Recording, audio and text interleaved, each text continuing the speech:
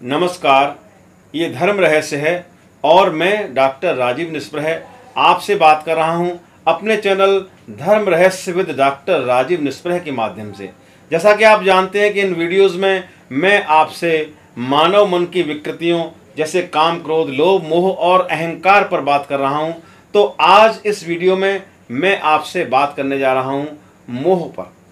मोह, जिसका dictionary meaning यानी शाब्दिक अर्थ है किसी से प्रेम करना, किसी से अतिरिक्त प्रेम करना।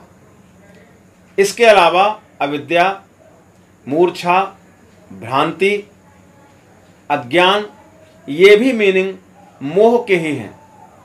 जी हाँ, ये बिल्कुल सत्य है। जब आप किसी के मोह में पड़ जाते हैं, जब आप किसी के प्रति एक अतिरिक्त मोह का भाव उत्पन्न कर लेते हैं, तो आप अज्ञानी भी हो जाते हैं, आप मूर्छा में भी पड़ जाते हैं, आपको भ्रांतियां भी होने लगती हैं। आप उस रास्ते पर होते ही नहीं हैं जहां आपको होना चाहिए, और आप वो सब कुछ करते हैं जो आपको नहीं करना चाहिए।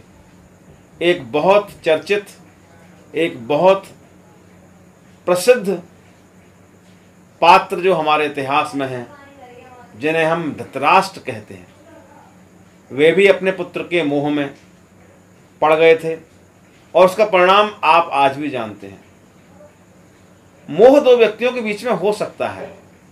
मोह आपको किसी व्यक्ति से या किसी वस्तु से भी हो सकता है। लेकिन प्रश्न ये पैदा होता है कि जिस क्षण आप उस वृत्ति के वश में हैं, जिस क्षण आप उस मनोवृत्ति के वश में हैं, तो आपका व्यवहार क्या है, आप होशपूर्वक हैं या नहीं हैं। आप ये जानकर हैरान होंगे कि जिस समय आप किसी भी मनोवृत्ति के अधीन होते हैं, चाहे वो मोह ही हो, तो आप एक गहरी ऊर्जा से भर जाते हैं। आपने कभी इस बात का अनुभव नहीं किया है, लेकिन आज के बाद आप इसको अनुभव कीजिए। आप पाएंगे कि आप एक गहरी ऊर्जा से भर जाते हैं। वही ऊर्जा आपको वो सब कार्य करवा देती है जो आप उस समय नहीं करते जब आप उसके मुंह में नहीं हैं। उस ऊर्जा को रूपांतरण की आवश्यकता है, क्योंकि अगर ऊर्जा का आपने रूपांतरण नहीं किया तो निश्चित रूप से वो ऊर्जा व्यय होगी, उसका अपव्यय होगा, और अपव्यय से सिर्फ नकारात्मक ऊर्जा उत्पन्न होती है। क्योंकि ऊर्जा कभी नष्ट नहीं होती, वो दूसरे रूप में परिवर्तित हो जाती है। तो मोह की ऊर्जा भी आपको एक नकारात्मक रूप में आपके सामने आएगी और आपसे वो सब कार्य कराएगी जो आपके अपयश के लिए जिम्मेदार होंगे। जो आप अन्याय कर दें किसी के साथ, वो अन्याय आप अपने साथ भी कर सकते हैं। क्योंकि वास्तविक बात यह है कि आप स्वयं से मोह नहीं करते, आप अपने अतिरिक्त सबसे मोह करते हैं। ये बहुत हैरान करने वाली बात है। जी हाँ, आप अपने आप से मोह नहीं करते, क्योंकि अगर आप अपने आप से मोह करते तो आप दूसरों के अनुसार अपने लिए निर्णय नहीं लेते। आप जरा सोच कर देखिए, आपने जो भी निर्णय लिए अपने घर वालों की वजह से लिए, अपने परिवार वालों की वजह से लिए।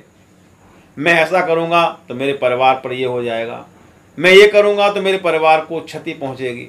आपने अपने लिए किया है क्या है? तो आप अपने उत्थान के लिए वास्तव में कुछ नहीं करते।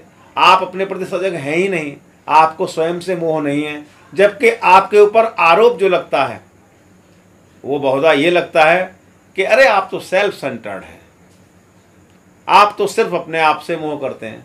लेकिन हकीकत बात यह है कि 90% या उससे ज़्यादा लोग स्वयं से मोह नहीं करते, वो दूसरों के अनुसार चलते हैं। और वही सब चीज़ें आपसे गलत कार्य करवाती हैं, वही सब चीज़ें आपको अपयश दिलाती हैं, वही सब चीज़ें आपको नकारात्मक ऊर्जा से भर देती हैं, और आप उस मुकाम पर पहुंचने से रह जाते हैं जहां आप पहुंच सकते थे। तो आवश्यकता है इस बात की कि जब भी आप किसी दूषित मनोवृत्ति के वश में हों, चाहे वो अहंकार हो या क्रोध हो या लोभ हो या मोह हो, तो आप ये देखिए